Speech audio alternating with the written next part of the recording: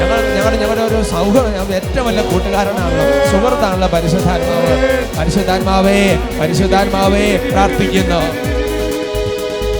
ഉദ്ധാനത്തിൽ യേശുവിൻ അഭിഷേകമേ, ഉദ്ധാനത്തിൽ വെളിപ്പെട്ടൊരഭിഷേകമേ, ഉദ്ദീതനമേശുവിൻ അഭിഷേകമേ, ഉദ്ധാനത്തിൽ വെളിപ്പെട്ടൊരഭിഷേകമേ, സ്ത്രീഹന്മാരെ ഉണർത്തിയോ അഭിഷേകമേ, ആത്മരക്ഷ നൽകുന്ന അഭിഷേകമേ, സ്ത്രീഹന്മാരെ ഉണർത്തിയോ അഭിഷേകമേ, ആത്മരക്ഷ നൽകുന്ന അഭിഷേകമേ, കാലഘട്ടത്തിൽ ആവശ്യമാ അങ്ങേ ശക്തി നൽകണേ, തിന്മദണ്ഡിനങ്ങൾക്കെതിരാ അങ്ങേ രാജ്യം വരണേ, ഉയർത്തി കൈയടിച്ച് പരിശുദ്ധമാവേ നിറവുകളായി എന്നിൽ കത്തി പടരണമേ, പാടാവോ?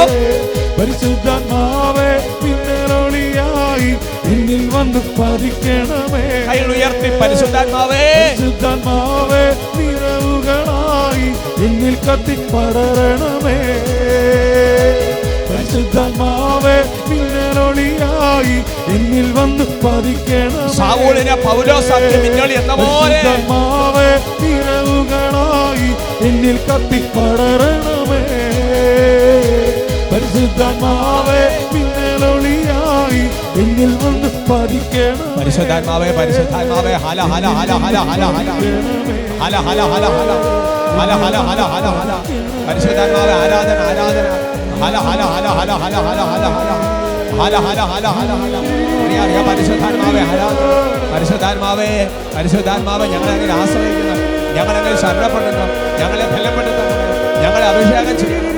ഓ പരിശുദ്ധാത്മാവേ, ഇപ്പോൾ കരങ്ങൾ ഉയർത്തി സ്തുതിച്ച് പ്രാർത്ഥിച്ചുകൊണ്ടിരിക്കുന്നു. കർത്താവേ, കൊടാനെ കൊണ്ട് ദൈവജനത്തിന് പരിശുദ്ധാത്മാവേ ഇപ്പോൾ ഓർമ്മ പതിക്കണമേ, വലിയ കൃപകൾ കൊണ്ട് നിറയണമേ എന്ന് പ്രാർത്ഥിക്കുന്നു. മന്ദത മാറട്ടെ, അലസത മാറട്ടെ, ക്ഷീണം മാറട്ടെ, രോഗം മാറട്ടെ, തടസ്സങ്ങൾ മാറട്ടെ, ബന്ധനം അഴിയട്ടെ, കെട്ടുകൾ അഴിയട്ടെ, കുട്ടികൾ ഭാവിക്കട്ടെ. ഓരോരുത്തരും പ്രാർത്ഥിക്കുകയാണ്. ഹല ഹല ഹല ഹല ഹല ഹല ഹല ഹല ഹല ഹല ഹല ഹല ഹല ഹല ഹല ഹല അഭിഷേകത്തിന്റെ ശക്തിയാൽ പൈശാചിക പീഡകൾ ഒഴിഞ്ഞു പോകും. അഭിഷേകത്തിന്റെ ശക്തിയാൽ തലമുറകളുടെ കെട്ടുകൾ അഴിയും. അഭിഷേകത്തിന്റെ ശക്തിയാൽ ഇന്നേവരെ ഇല്ലാത്തൊരു പുതിയ ഉണർവിന്റെ ആത്മാവ് നിറയ്ക്കും. ഹല ഹല ഹല ഹല ഹല ഹല ഹല ഹല ഹല ഹല ഹല പഠിക്കാൻ സാധിക്കാത്ത കുഞ്ഞുങ്ങൾ ഇപ്പോൾ പ്രാർത്ഥിക്കുന്നു. മനസ്സിന് ഏകാഗ്രത ഇല്ലാത്തപ്പോൾ ഇപ്പോൾ പ്രാർത്ഥിക്കുന്നു. ഹല ഹല ഹല ഹല ഹല ഹല ഹല മുമ്പോട്ട് പോകാൻ പറ്റാത്ത വിധം പല ബ്ലോക്കിൽ അകപ്പെട്ടിരിക്കുന്നവർ ഇപ്പോൾ പരിശുദ്ധാത്മാവെ പ്രാർത്ഥിക്കുന്നു. നിങ്ങൾക്ക് വഴി പരിശുദ്ധാത്മാവ് തുറക്കുന്നു. ആരാധന ആരാധന ആരാധന ആരാധന ആരാധന സ്തുതിക്കുന്നു സ്തുതിക്കുന്നു സ്തുതിക്കുന്നു സ്തുതിക്കുന്നു.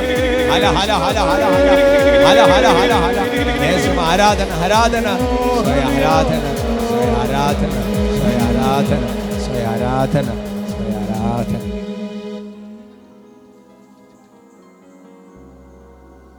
Praise the Lord. Praise the Lord. Hallelujah. Hallelujah. നമുക്കിരിക്കാം. ഇന്ന് നമ്മൾ ചിന്തിക്കുന്ന വിഷയം അവസാന കാലത്തെ മനുഷ്യരുടെ ഒരു പ്രത്യേകത. പ്രിയമുള്ള സഹോദരങ്ങളെ, ദൈവവചനത്തിൽ ഈശോയുടെ രണ്ടാമത്തെ ആഗമനത്തോടടുക്കുമ്പോൾ അവസാന കാലഘട്ടത്തിൽ പ്രകൃതിയിൽ സംഭവിക്കുന്ന പല വ്യത്യാസങ്ങളെക്കുറിച്ച് പറഞ്ഞിരിക്കുന്ന കാര്യങ്ങൾ നമ്മുടെ ശ്രദ്ധയിൽ ബൈബിൾ വായിച്ചപ്പോഴോ പ്രസംഗങ്ങൾ കേട്ടപ്പോഴോ അങ്ങനെയൊക്കെയുള്ള ചില വിശുദ്ധരുടെ ജീവചരിത്രങ്ങൾ വായിച്ചപ്പോഴോ ഒക്കെ നമ്മുടെ ശ്രദ്ധയിൽ പതിഞ്ഞിട്ടുണ്ടാവും.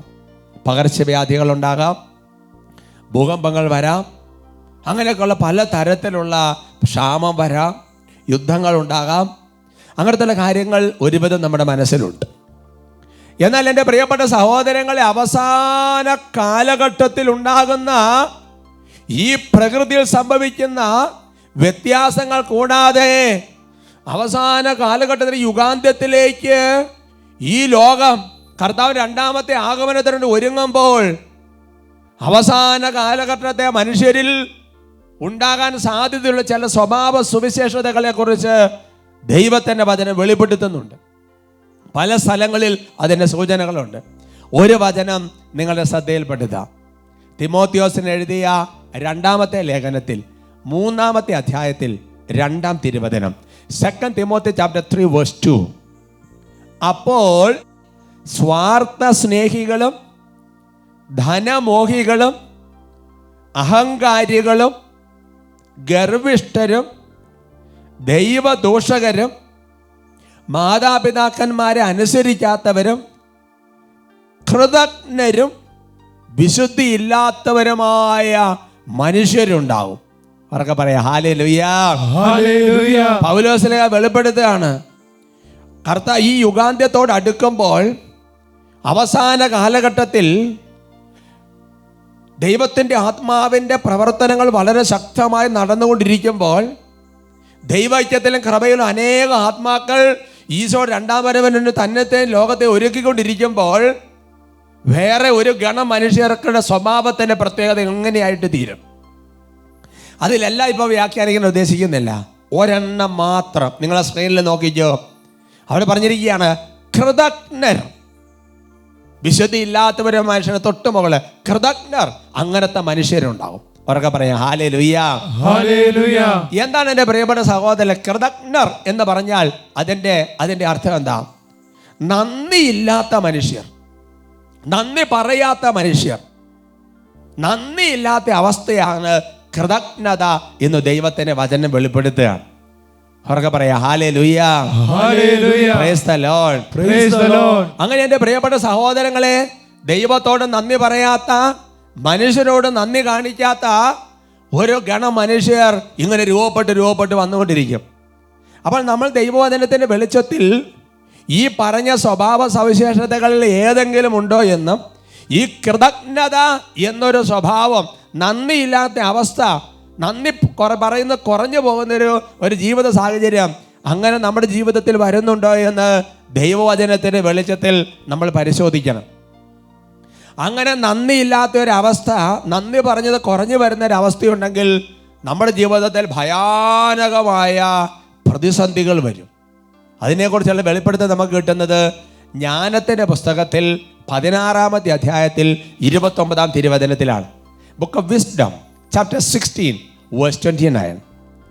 കൃതജ്ഞന്റെ പ്രത്യാശ ശീതകാലത്തെ മൂടൽ മഞ്ഞ് പോലെ ഉരുകും, ഉപയോഗശൂന്യമായ ജലം പോലെ ഒഴുകിപ്പോകും. ഹല്ലേലൂയ. കൃതജ്ഞൻ, നന്ദിയില്ലാത്തവൻ, നന്ദി പറയാത്തവൻ, നന്ദിയുടെ ജീവിതമില്ലാത്തവൻ, ഒരു സ്തുതിയുടെ ജീവിതം നയിക്കാത്തവൻ, അവൻ്റെ പ്രത്യാശയെക്കുറിച്ച് ബൈബിൾ പഠിപ്പിക്കുകയാണ്. കൃതജ്ഞന്റെ പ്രത്യാശ ശീതകാലത്തെ മൂടൽ മഞ്ഞ് പോലെ ഉരുകും, ഉപയോഗശൂന്യമായ ജലം പോലെ ഒഴുകിപ്പോകും. ഹല്ലേലൂയ. അപ്പോൾ എൻ്റെ പ്രിയപ്പെട്ട സഹോദരങ്ങളെ, നിരന്തരം ദൈവത്തിന് നന്ദി പറയുന്ന ഒരു ആധ്യാത്മികത നമ്മുടെ ജീവിതത്തിൽ വളർത്തുന്നില്ല എങ്കിൽ നമ്മൾ പ്രത്യാശിക്കുന്ന പല കാര്യങ്ങളും, നമ്മുടെ കുടുംബത്തെക്കുറിച്ചുള്ള പ്രതീക്ഷ, മക്കളെക്കുറിച്ചുള്ള സ്വപ്നം, സാമ്പത്തിക കാര്യങ്ങളെക്കുറിച്ച്, ബിസിനസ്സെക്കുറിച്ചുള്ള നമ്മുടെ ആഗ്രഹങ്ങൾ, നമ്മുടെ പ്ലാനുകൾ, പദ്ധതികൾ നടക്കുമെന്നുള്ള പ്രത്യാശ, ആ പ്രത്യാശ വെയിലുദിക്കുമ്പോൾ മഞ്ഞുരുകുന്നത് പോലെ ഉരുകിപ്പോകും. ഒന്നിനും കൊള്ളാത്ത ജലം പോലെ അവൻ്റെ ജീവിതത്തിൽ നിന്ന് അവൻ പ്രത്യാശിച്ചതെല്ലാം വെള്ളപ്പാച്ചലിൽ ഓരോന്ന് ഒഴുകി പോകുന്നത് പോലെ ഒഴുകി പോകുന്ന ദൈവത്തിന്റെ വചനം വെളിപ്പെടുത്തുകയാണ്. അവർക്ക് പറയാം ഹല്ലേലൂയ. അതുകൊണ്ട് എൻ്റെ പ്രിയപ്പെട്ട സഹോദരങ്ങളെ, പ്രത്യാശ എന്ന് പറഞ്ഞാൽ, ഈ പ്രത്യാശ എന്ന് പറഞ്ഞാൽ നമ്മൾ സ്വർഗത്തോളം എത്തുന്ന പ്രത്യാശയാണ്. ഈശോ വരുമെന്നുള്ള പ്രത്യാശ, യേശുവിൻ്റെ 2-ാമത്തെ ആഗമനത്തെക്കുറിച്ചുള്ള പ്രത്യാശ, സ്വർഗത്തെക്കുറിച്ചുള്ള പ്രത്യാശ, നിത്യജീവനെക്കുറിച്ചുള്ള പ്രത്യാശ അല്ലേ ദൈവികമായ. മറ്റേത് നമ്മുടെ ഭൗതിക ജീവിതത്തിലുള്ള പ്രത്യാശ. അവർക്ക് പറഞ്ഞ ഹല്ലേലൂയ. എല്ലാം നഷ്ടീഭവിക്കും. അതുകൊണ്ട് നമ്മൾ ധാരാളം നന്ദി പറയണമെന്നുള്ളത് ദൈവം ആഗ്രഹിക്കുന്ന ഒരു കാര്യമാണ്. ഈശോ അത് ആഗ്രഹിക്കുന്നുണ്ട്. ബൈബിളിൽ തന്നെ ഈശോ അത് മനസ്സുകൊണ്ട് ആഗ്രഹിച്ചിരുന്നു എന്നുള്ളത് വ്യക്തമാണ്. ഇപ്പോൾ ഉദാഹരണം പറഞ്ഞു കഴിഞ്ഞാൽ, നമ്മൾ ചില കാര്യങ്ങളൊക്കെ വേണ്ട എന്ന് പറഞ്ഞാലും നമ്മൾ ചിലപ്പോൾ അത് വേണ്ടാന്ന് പറയുന്ന ഒരു പോളിഷ് വാക്കാകാം, പക്ഷെ നമ്മൾ ചിലപ്പോൾ പ്രതീക്ഷിക്കുന്നുണ്ടാവും. എന്ന് പറയുന്നത് പോലെ എപ്പോഴും നന്ദി സ്വർഗം പ്രതീക്ഷിക്കുന്ന ഒരു സംഗതിയാണ്. നന്ദി പറയുക എന്ന് പറയുന്ന മനുഷ്യൻ്റെ ഉള്ളിൽ ദൈവം നിക്ഷേപിച്ചിരിക്കുന്ന ഒരു ദൈവിക കൃപയാണ്, ഒരു പുണ്യമാണത്. ലൂക്കായുടെ സുവിശേഷത്തിൽ 17-ാമത്തെ അധ്യായത്തിൽ 18-ാം തിരുവചനം. Gospel of St. Luke chapter 17 verse 18. Isho പറയാണ്, ഈ വിജാതീയനല്ലാതെ മറ്റാർക്കും തിരിച്ചു വന്ന് ദൈവത്തെ മഹത്വപ്പെടുത്തണമെന്ന് തോന്നിയില്ലേ? Hallelujah, hallelujah. 10 കുഷ്ഠരോഗികൾ സുഖം പ്രാപിച്ചിട്ട് അവര് പോകുന്ന വഴി സുഖം പ്രാപിച്ചിട്ട് ആ പോകുന്ന വഴിക്ക് സൗഖ്യം പ്രാപിച്ചവർ വലിയ ആഹ്ലാദത്തോടുകൂടി അവരവരെ വ്യാപാരങ്ങളിലേക്ക് നടങ്ങിയപ്പോൾ ഒരു വിജാതീയൻ മാത്രം തിരിച്ചു വന്ന് കർത്താവിൻ്റെ കാൽക്കൽ വീണ് നന്ദി പറയുമ്പോൾ കർത്താവ് അതിനെ ഹൈലൈറ്റ് ചെയ്ത് ചുറ്റുകൾ പറയുക, ഈ വിജാതീയരല്ലാതെ ആ ഒരാൾക്ക് പോലും ഒരു വാക്ക് നന്ദി പറയാൻ തോന്നിയില്ലല്ലോ അല്ലേ? അവൾ എന്താണ്ടത്? സ്വർഗത്തിൻ്റെ പ്രതീക്ഷയാണ്. എന്ന് പറഞ്ഞാൽ നമ്മൾ ഈ നന്ദി പറഞ്ഞ് ദൈവത്തെ സ്തുതിക്കുമ്പോൾ ദൈവത്തിൻ്റെ മഹത്വം കൂടുതലൊന്നും വർദ്ധിക്കുന്നൊന്നുമില്ല. ദൈവത്തിന് ഇപ്പം നമ്മൾ നന്ദി കിട്ടിയിട്ട് പ്രത്യേകിച്ച് അതിൻ്റെ ആവശ്യമില്ല. പക്ഷേ നമ്മളെക്കുറിച്ചുള്ള ദൈവത്തിൻ്റെ ഹിതമാണത്. അവർക്ക് പറയാം ഹല്ലേലൂയ, ഹല്ലേലൂയ. നമ്മളെക്കുറിച്ചുള്ള ദൈവത്തിൻ്റെ ഒരു ഹിതമാണ്. ആ ദൈവഹിതമാണ് നമ്മൾ പൂർത്തിയാക്കേണ്ടത്. Praise the Lord, praise the Lord. അവർക്ക് പറഞ്ഞ ഹല്ലേലൂയ, ഹല്ലേലൂയ, ഹല്ലേലൂയ, ഹല്ലേലൂയ. തെസ്സലോനിക്കക്കാർക്ക് എഴുതിയ 1-ാമത്തെ ലേഖനത്തിൽ 5-ാമത്തെ അധ്യായത്തിൽ 18-ാം തിരുവചനം നമുക്കറിയാവുന്ന വചനമാണ്. നമുക്ക് ഒരുമിച്ച് അത് വായിക്കാം. എല്ലാ കാര്യങ്ങളിലും നന്ദി പ്രകാശിപ്പിക്കുവിൻ, ഇതാണ് യേശു ക്രിസ്തുവിൽ നിങ്ങളെ സംബന്ധിച്ചുള്ള ദൈവഹിതം. അതിന് മുകളിലത്തെ ഞാൻ പറഞ്ഞില്ല എന്നേ ഉള്ളൂ. ഇടപെടാതെ പ്രാർത്ഥിക്കണമെന്ന് പറഞ്ഞിട്ടുണ്ട് അല്ലേ? എപ്പോഴും സന്തോഷത്തിരിക്കാൻ പറഞ്ഞിട്ടുണ്ട്.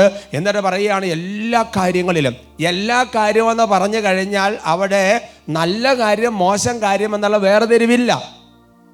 എല്ലാം ജീവിതത്തിൽ എന്തു തന്നെ സംഭവിച്ചാലും ബി താങ്ക്ഫുൾ. ദൈവത്തോട് എപ്പോഴും ഒരു നന്ദിയുള്ള ഹൃദയം വേണം. കർത്താവേ നന്ദി, യേശുവേ നന്ദി, യേശുവേ സ്തുതി, യേശുവേ മഹത്വം.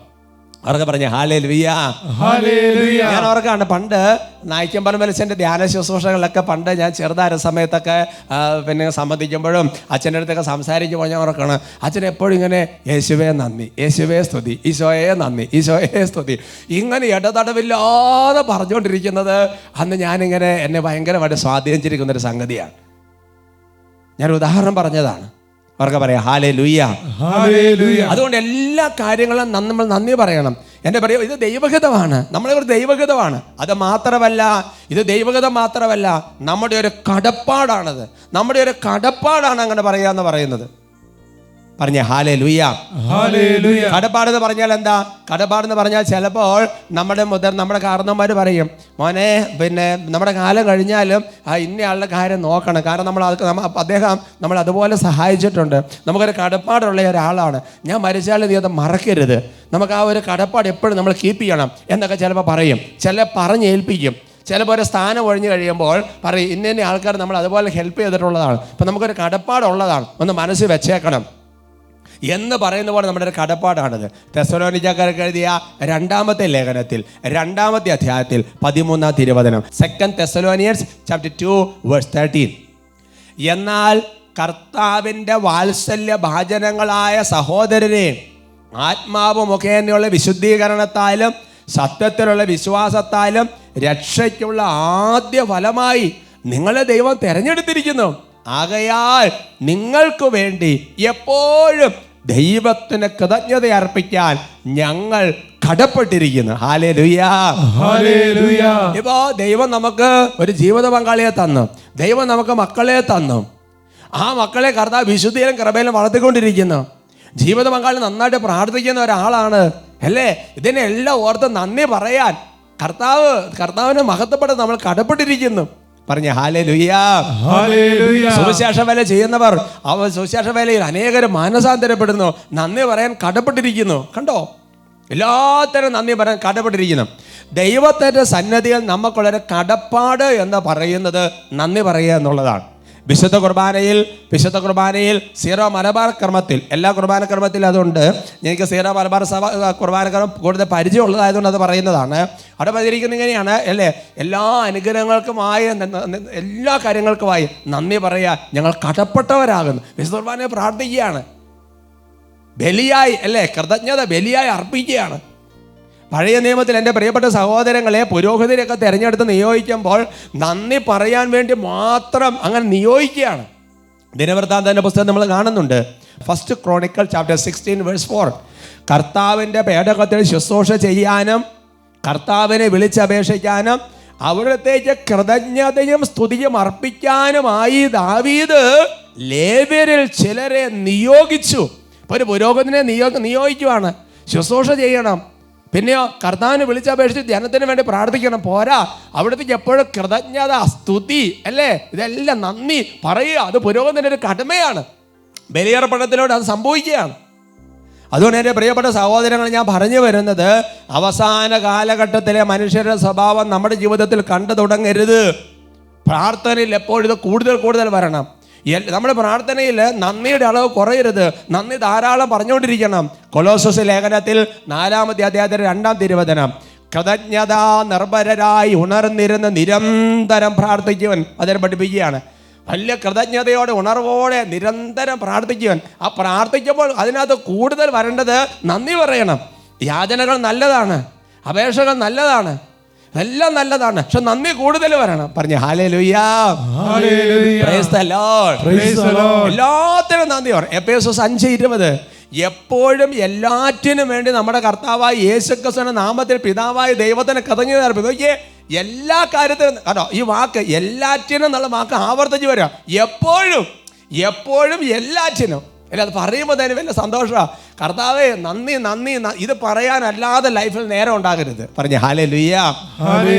കൊളോസ്യസ് 3:17 വായിച്ചു നോക്കിയേ. കൊളോഷ്യൻ ചാപ്റ്റർ 3:17, നിങ്ങൾ വാക്കാലോ പ്രവർത്തിയാലോ എന്ത് ചെയ്താലും, ചോദിച്ചു നോക്കിയേ, വാക്കാലോ പ്രവൃത്തി എന്ത് ചെയ്താലും അതെല്ലാം കർത്താവായ യേശു വഴി പിതാവായ ദൈവത്തിനെ കൃതജ്ഞത അർപ്പിച്ചുകൊണ്ട് അവൻ്റെ നാമത്തിൽ ചെയ്യും. അപ്പോൾ വാക്കുകൊണ്ടോ പ്രവർത്തികളോണ്ടോ നമ്മൾ എന്ത് ചെയ്താലും അതെല്ലാം കർത്താവിന് കൃതജ്ഞത അർപ്പിച്ചുകൊണ്ട് ചെയ്യണം. Price the Lord. അങ്ങനെ കൃതജ്ഞത അർപ്പിക്കാൻ തുടങ്ങിയാൽ എൻ്റെ പ്രിയപ്പെട്ട സഹോദരങ്ങളെ, നമ്മൾ ചിന്തിക്കാൻ സാധിക്കാത്ത വിധത്തിലുള്ള ദൈവത്തിൻ്റെ അനുഗ്രഹങ്ങൾ, ദൈവത്തിൻ്റെ കൃപകൾ ഒരു ദൈവവൈദ്യന്റെ ജീവിതത്തിൽ വർഷിക്കപ്പെടും. ഹല്ലേലൂയ. ആധ്യാത്മിക ജീവിതത്തിൽ, ഭൗതിക ജീവിതത്തിൽ വർഷിക്കപ്പെടും.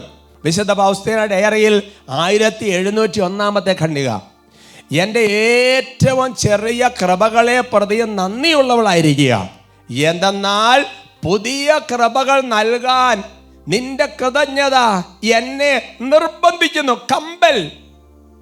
ഈശോ പറയാണ്, ഞാൻ എന്ത് നിനക്ക് തന്നാലും ചെറുതോ വലുതോ നീ നോക്കരുത്, ദൈവം തരുന്നെല്ലാം വലുതാണ്, നീ നന്ദിയുള്ളവളായിരിക്കുക.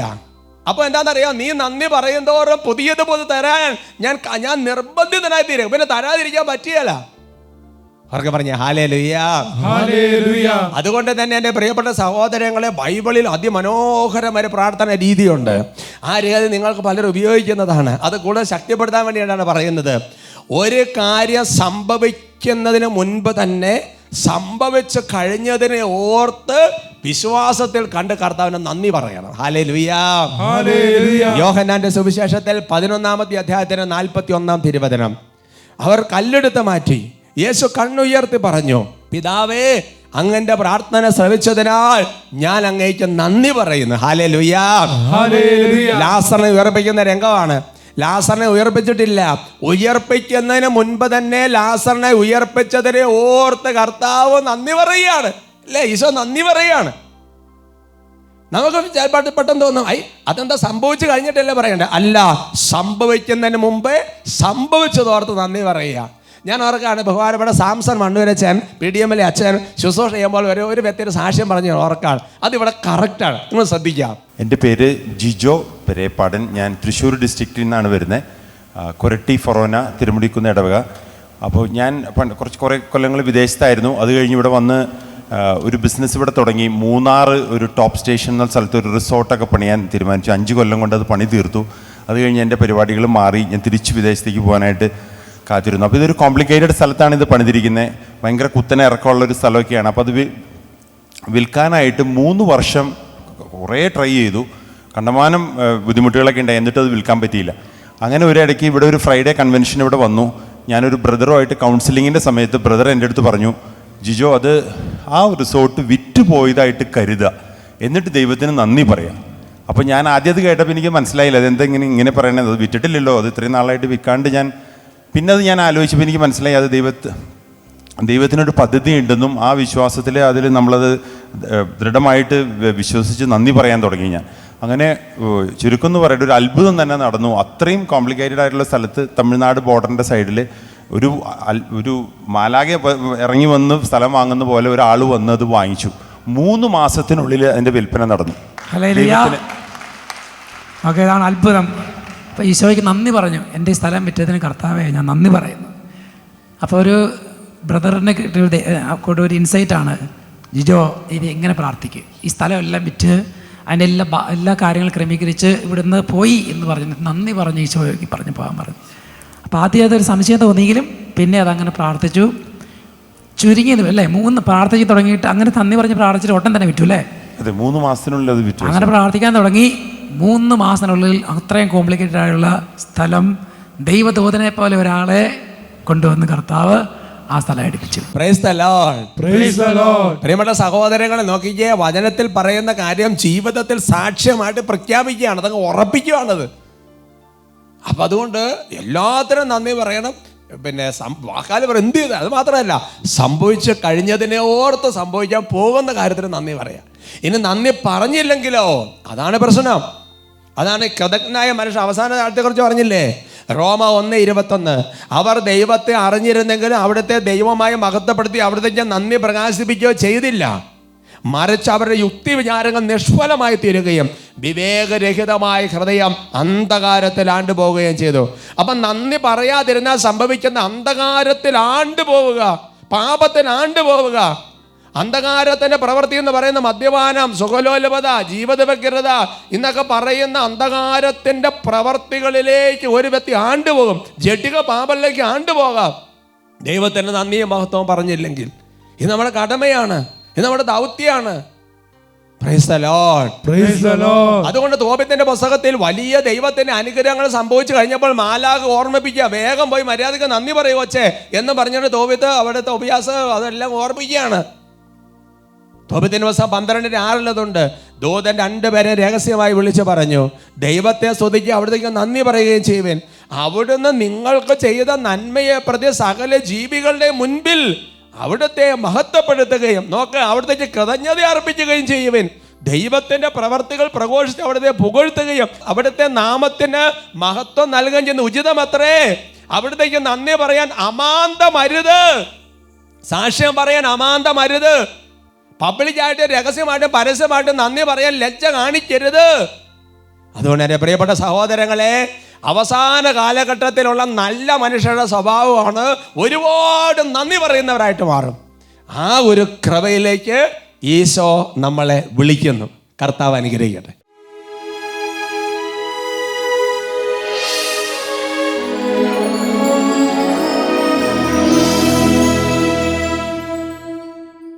പ്രിയമുള്ള സഹോദരങ്ങളെ, കർത്താവിൻ്റെ മുമ്പിൽ വലിയ നന്ദി നിറഞ്ഞ ഹൃദയത്തോടെ നമുക്കായിരിക്കാം. ബൈബിളിൽ കർത്താവ് അരുളി ചെയ്ത പ്രകാരം പ്രാർത്ഥിക്കുമ്പോൾ ആ വചനങ്ങളാണ് വാസ്തവത്തിൽ നമ്മൾ ജീവിക്കുന്നത് ഈ പ്രാർത്ഥനയിൽ. അതുപോലെ ദൈവത്തിൻ്റെ കൃപകൾ നമ്മുടെ ജീവിതത്തിൽ ചൊരിയും. ഈ സമയത്ത് കുറേ സമയം കർത്താവിന് നന്നായിട്ട് സ്തുതിച്ച് അങ്ങ് നന്ദി പറയുകയാണ്. എല്ലാവരും നന്ദി പറയുകയാണ്, എല്ലാവരും സ്തുതിക്ക് നന്ദി പറയുകയാണ്. കർത്താവ് വലിയ സ്തുതിപ്പകൾ ആരംഭത്തോടെ കർത്താവിന് നന്ദി പറയുകയാണ്. ഹല്ലേലൂയ, ഹല്ലേലൂയ, യേശുവേ ആരാധന, ആരാധന, ആരാധന. കർത്താവായ ദൈവമേ, ജീവിതത്തിലെ എല്ലാ സംഭവങ്ങളും നന്ദി പറയുന്നു. പ്രിയമുള്ള സഹോദരങ്ങളെ, ചെറിയ ചെറിയ കാര്യങ്ങൾ പോലും ദൈവം നടത്തി തന്നത്, കർത്താവ് നടത്തി തരാതിരുന്നതിനെ ഓർത്തും കൂടെ നന്ദി പറയുക.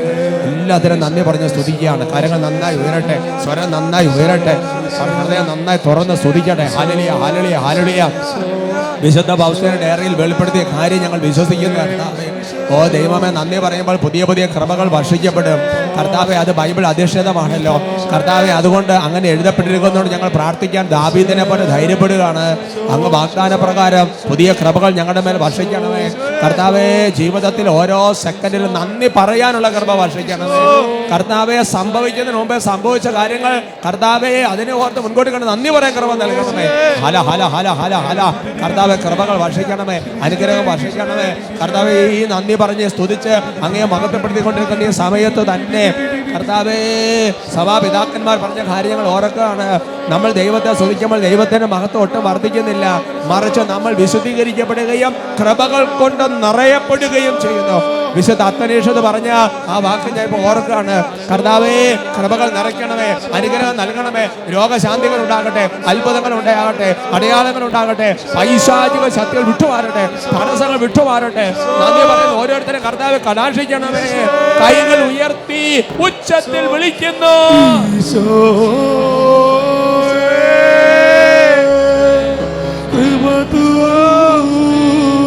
ഹല ഹല ഹല ഹല ഹല ഹല ഹല ഹല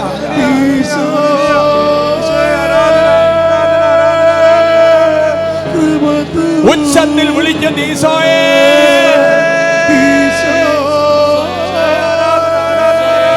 ഹല ഹല ഹല ഹല ഹല ഹല ഹല ഹല ഹല ഹല ഹല